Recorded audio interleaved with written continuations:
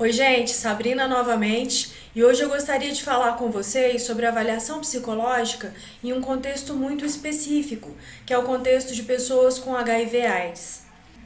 Os primeiros casos de HIV no Brasil aconteceram no ano de 1980 e nessa época era devastador.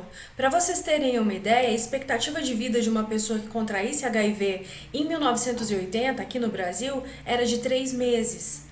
Essa é uma realidade muito diferente das pessoas que convivem com HIV/AIDS hoje em dia.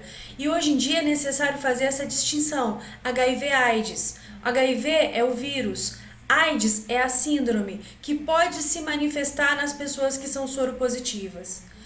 Juntamente com a mudança que houve no entendimento dessa patologia e o avanço da medicação, é que hoje se pode considerar que a AIDS é uma patologia crônica. Ela não tem mais a mesma capacidade de matar que ela tinha quando ela surgiu. Isso não significa que o HIV/AIDS ele deixou de cobrar um preço caro para as pessoas que o têm. Para vocês terem uma ideia, essa é a primeira geração aqui no Brasil que viveu o suficiente para serem idosos com HIV/AIDS. E ainda assim, para uma pessoa ser considerada idosa quando ela tem HIV/AIDS, a idade não é 60 anos, como é para a média geral da população. Uma pessoa que vive com HIV/AIDS e tem 50 anos, ela já é considerada uma pessoa idosa. O HIV/AIDS, ele traz algumas complicações sociais, pessoais e de desenvolvimento. As complicações pessoais são como a pessoa contraiu aquela patologia, como ela interpreta, o preconceito dos outros e o autopreconceito com aquele diagnóstico. As questões sociais são inúmeras e não estão superadas. A gente está vivendo um momento, inclusive, bastante preocupante, em que o desconhecimento dessa patologia e a falsa segurança de que ela diminuiu e que hoje em dia ela teria, abre aspas, cura, tem feito com que um número maior de pessoas volte a contrair HIV.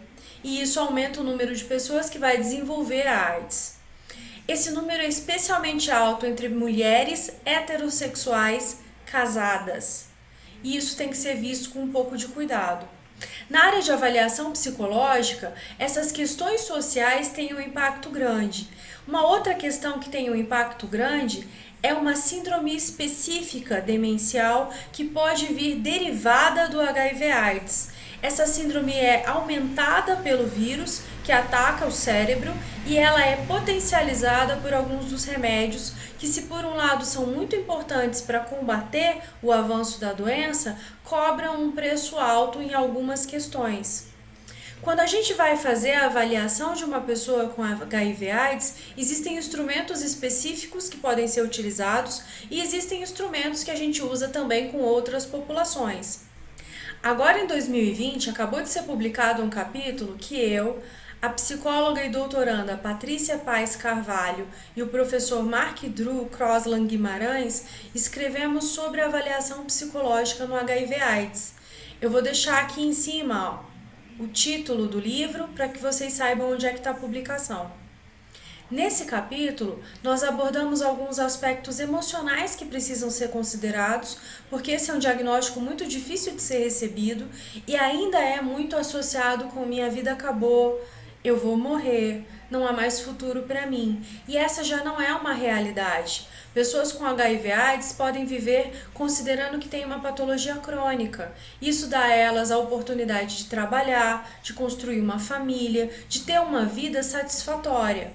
E existem alguns aspectos que são cognitivos, que é interessante que sejam avaliados para ver se o vírus está afetando essa área da vida ou se a medicação está afetando essa área da vida e encontrar uma maneira de mediar esses dois momentos. O momento de tratamento que é necessário e ele passa pelo medicamento necessariamente. Esse medicamento chama TARV, terapia antirretroviral, e os aspectos que podem ser afetados pela patologia e pela própria TARV.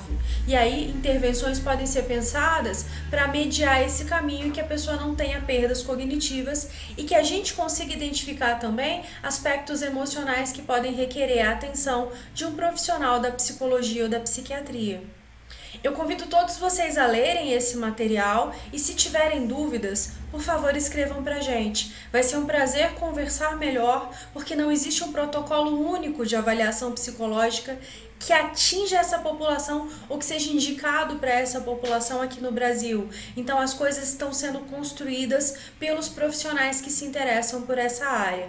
Vai ser um prazer trocar ideias e construir algo junto com vocês, se esse for do interesse de vocês. Até a próxima. Tchau, tchau.